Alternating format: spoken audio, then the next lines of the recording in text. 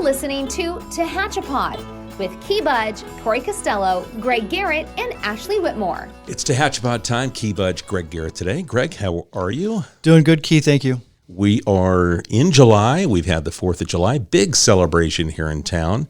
And it's also kind of an anniversary or something that happened significantly in our downtown area several years ago with fireworks and the rebuilding of our depot. And today, we've got special guest Larry Wines from the Friends of the Tehachapi Depot. And Larry, welcome to Tehachapi. It's great to be here. And for the first time, we've talked about this, Greg, for a few years since we started the podcast, that we wanted to talk about the depot. And the calendars have never aligned. And we now have an alignment, and Larry's here to join us. We're going to talk about the depot, a new display that's out.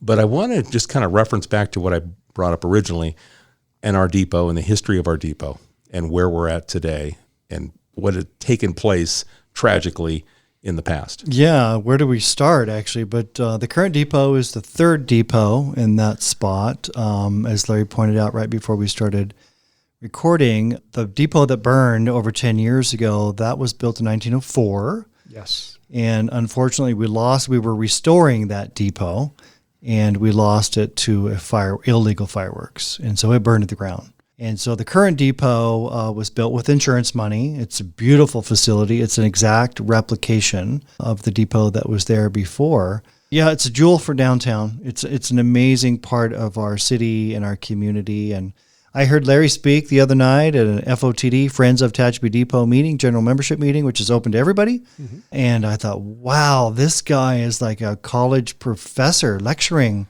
and the history in his head. And I'm really looking forward to today's podcast. Oh, well, thanks. I've been looking forward to this for some time since the idea first arose. Yeah.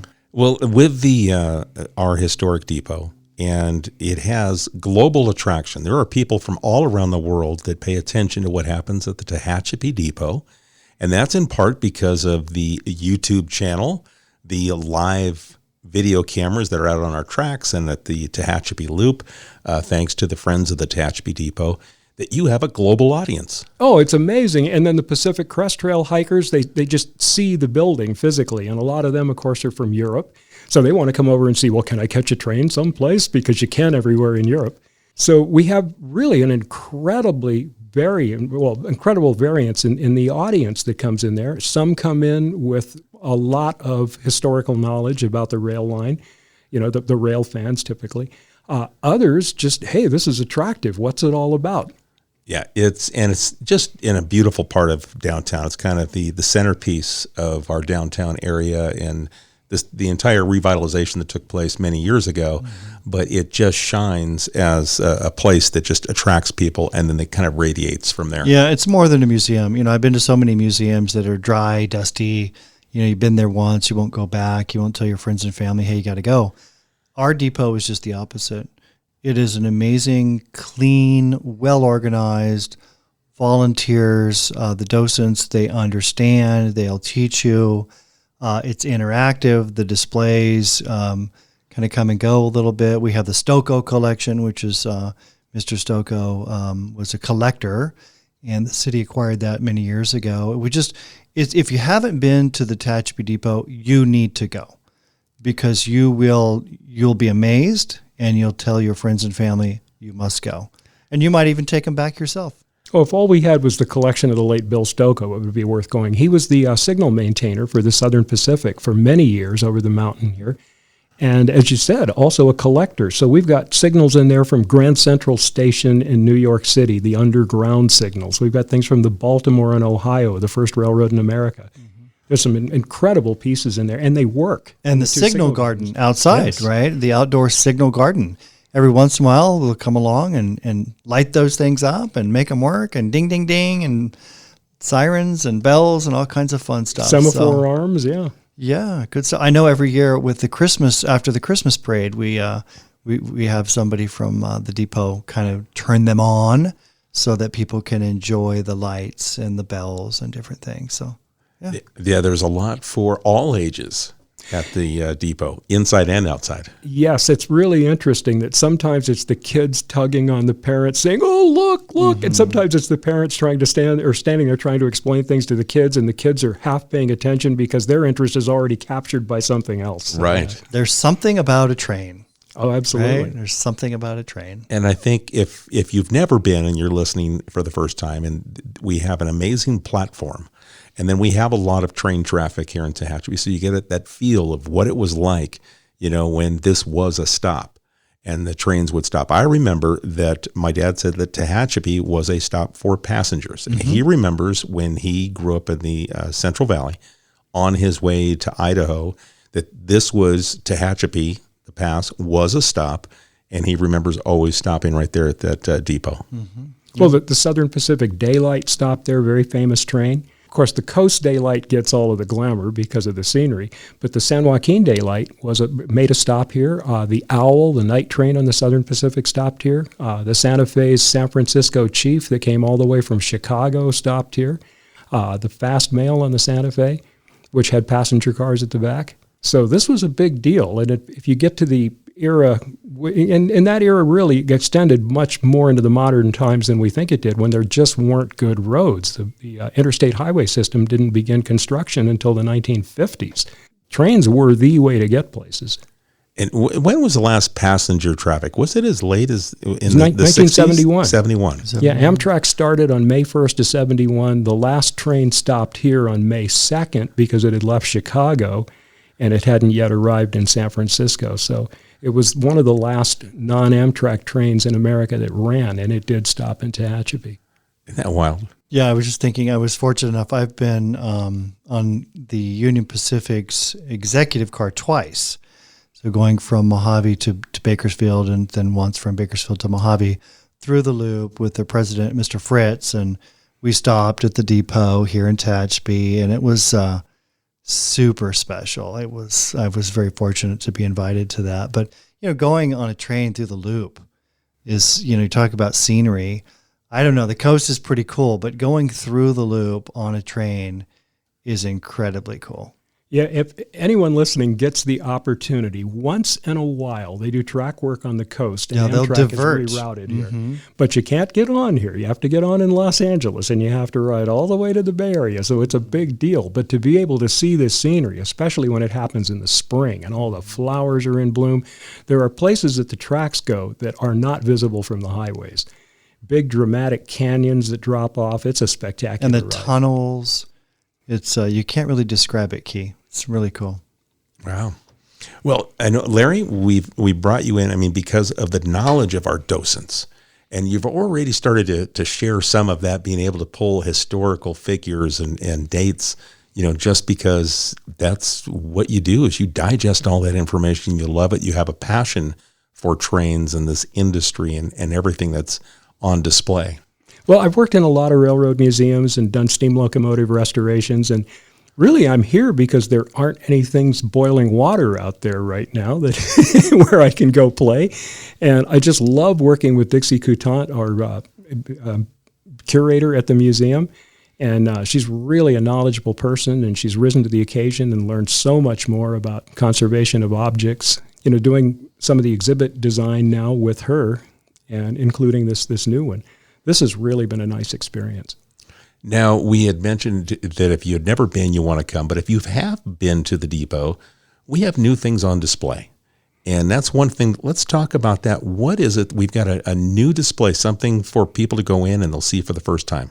This is the largest new display probably since things were initially organized for the museum's opening.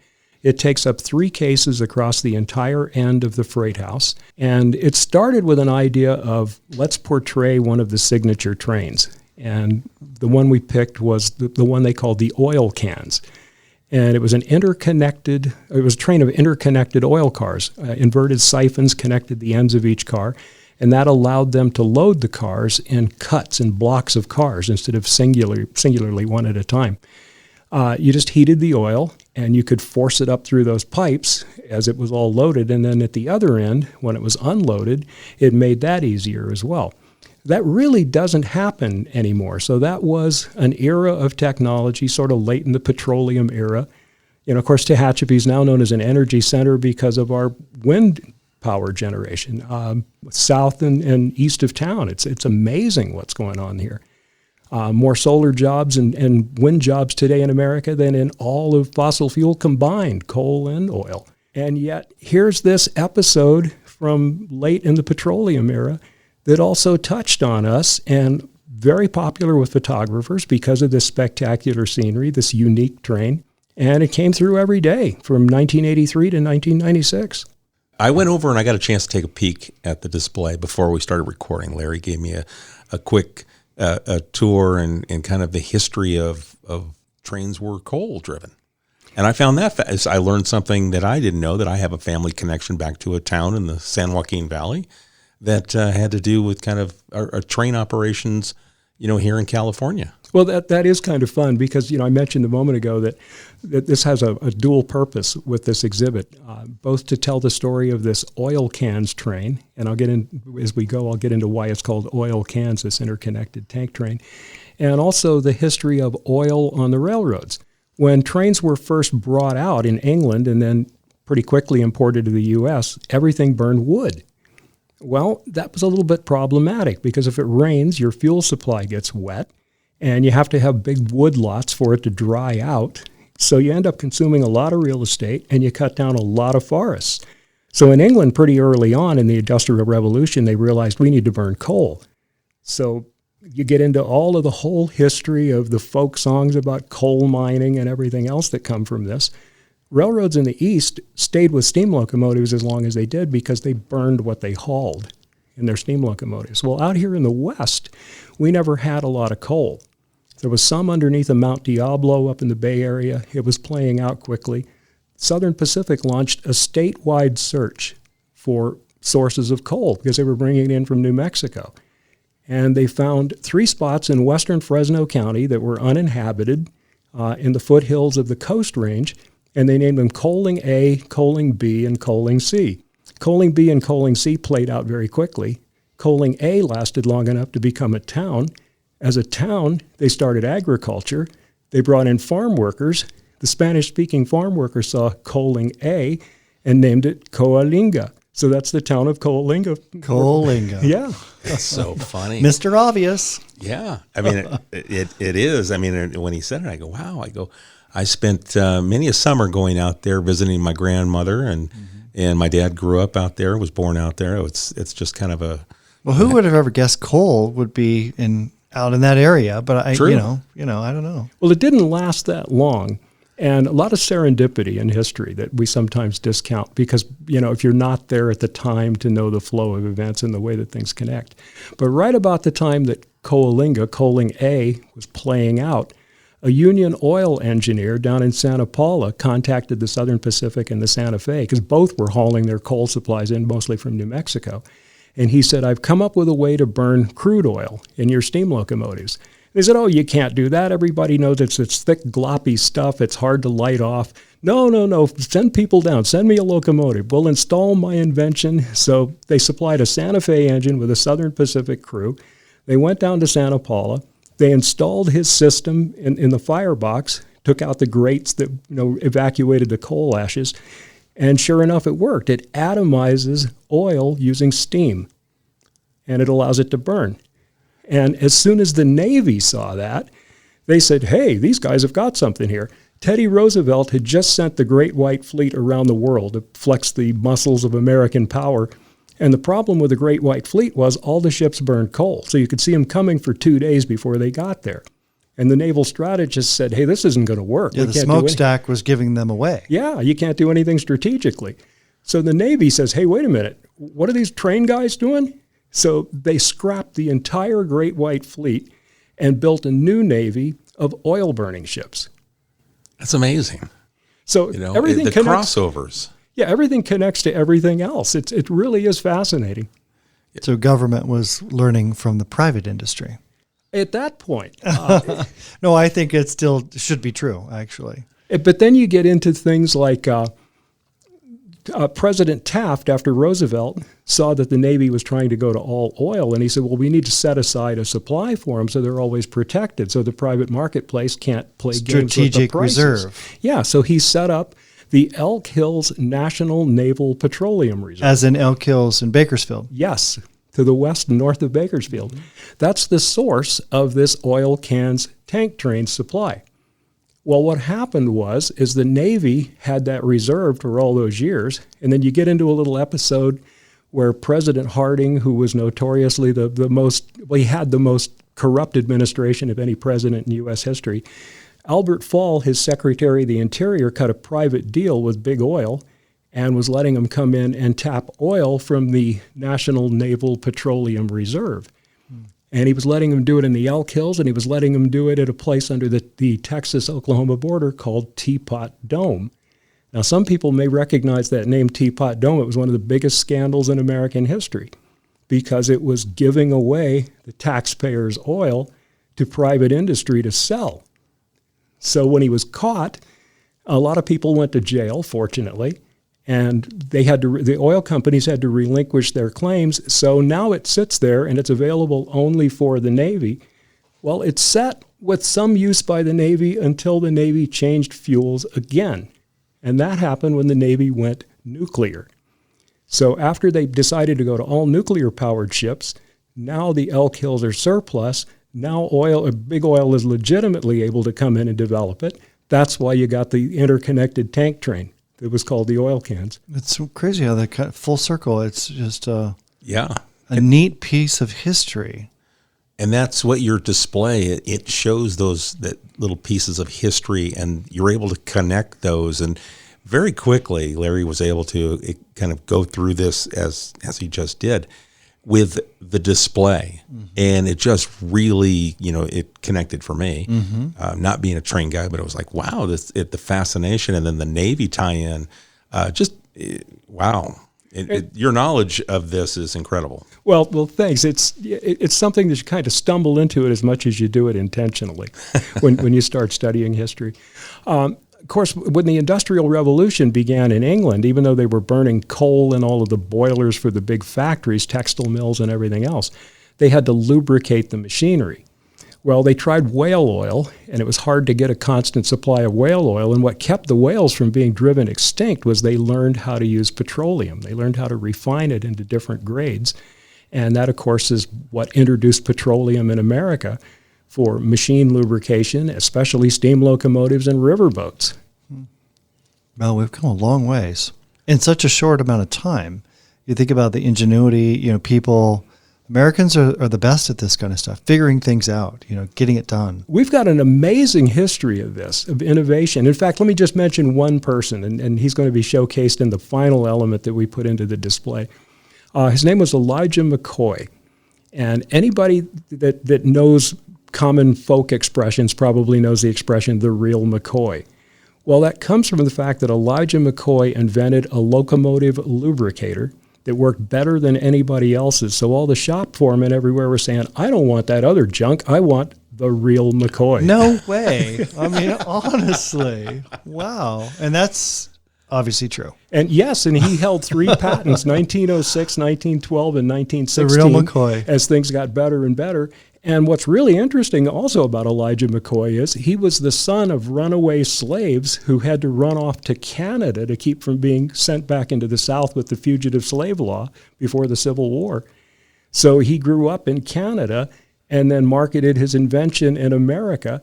And he was very welcome in all of the shops everywhere. But as far as his own employment, he was never able to get a job better than being a steam locomotive fireman, because they wouldn't let anybody of color become a locomotive engineer in those days. Well, they missed out, but we got the real McCoy. We have the real McCoy. That's, wow, that's a pretty cool story. That's amazing. Now, how long is this display going to be available to view? Ostensibly, it's a 6-month temporary display. We've worked with Dixie, and we want to do a series of temporary exhibits because that's what keeps everything fresh. And somebody comes and brings their guests, and they know if they come back again, they'll see something else fresh and new.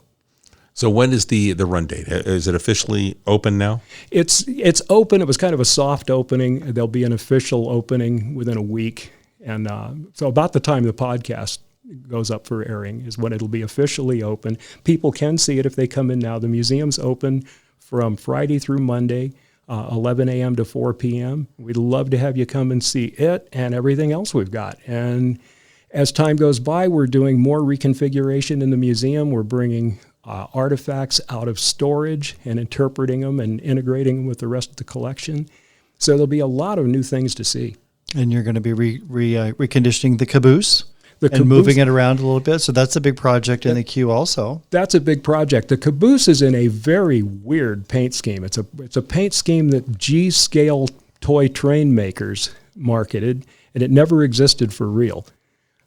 So it'll be back into its original Southern Pacific configuration, interior as well as exterior. It'll be moved so that it's physically at the end of the freight dock, and it'll be integrated with the rest of the visitor experience, the tours as you take them to the museum.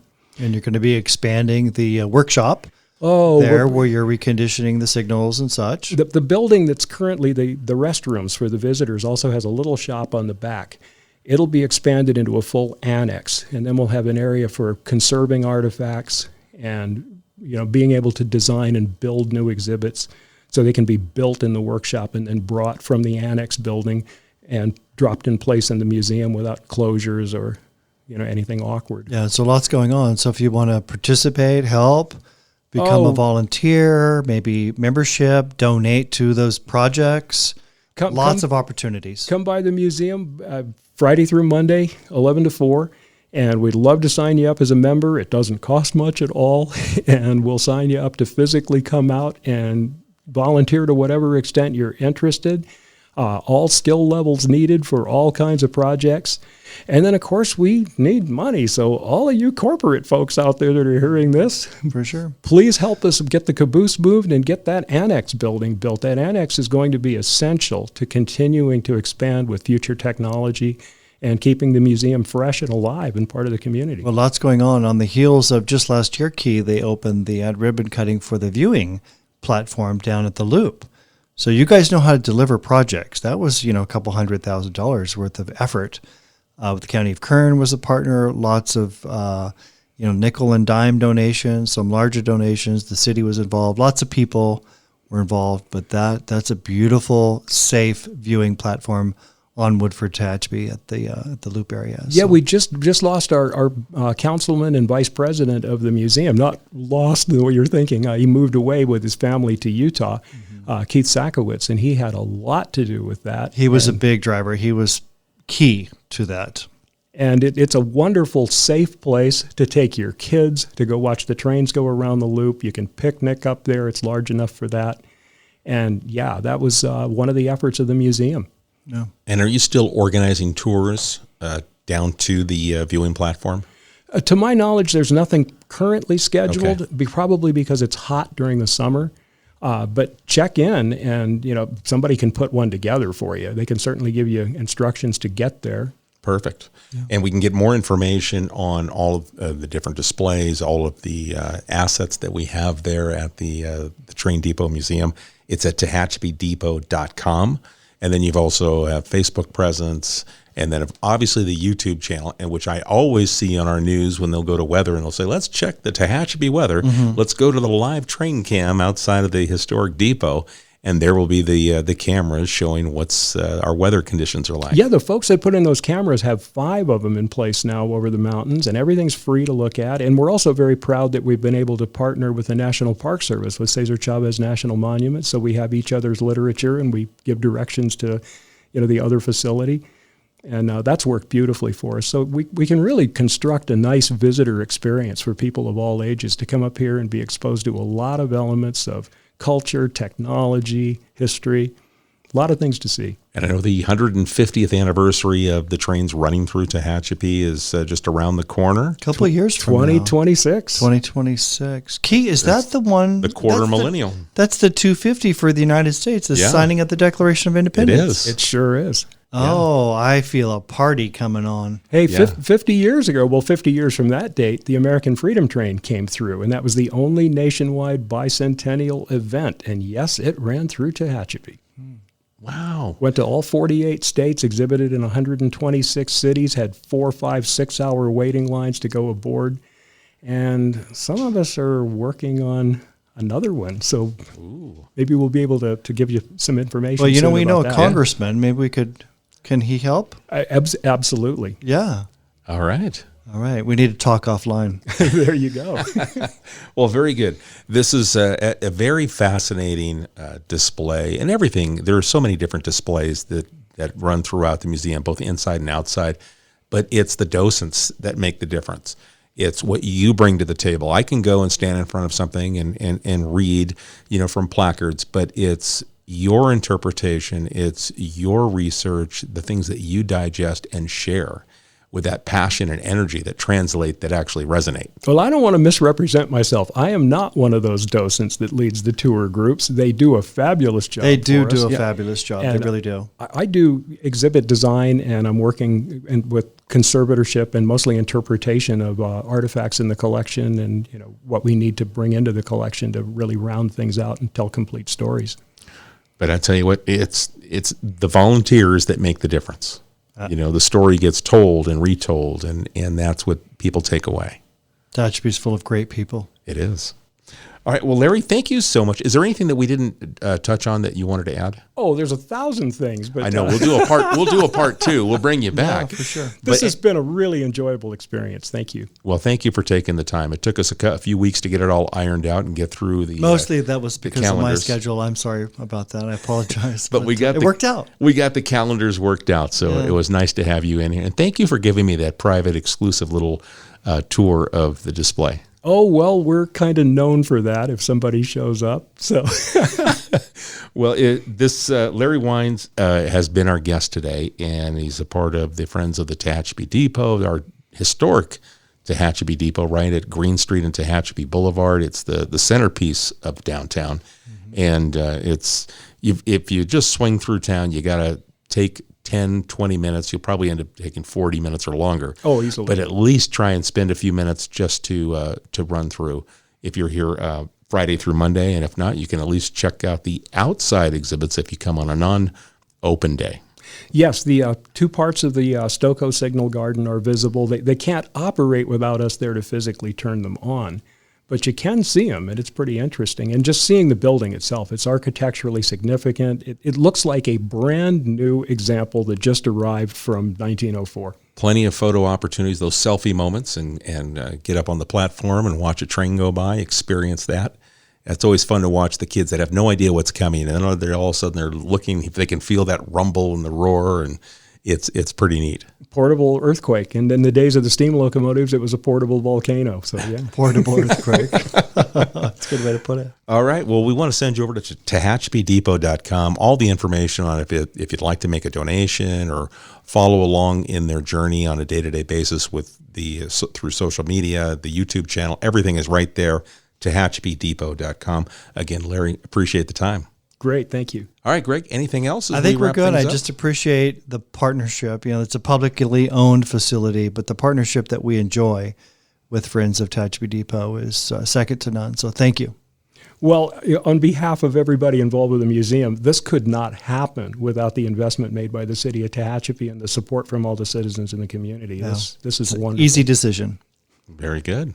All right, folks, if you've got a question, a thought, a suggestion about today's topic or maybe a future show, something that where we can go, or the next time Larry comes in, we can talk to him about, send it to us at media@TehachapiCityHall.com.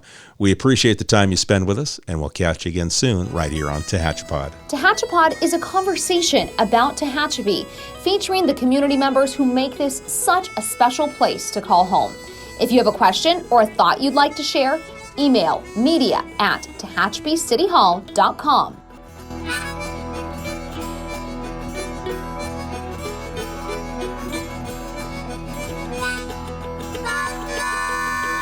Thank you to Gary Mazzola for sharing his song, This is Tehachapi.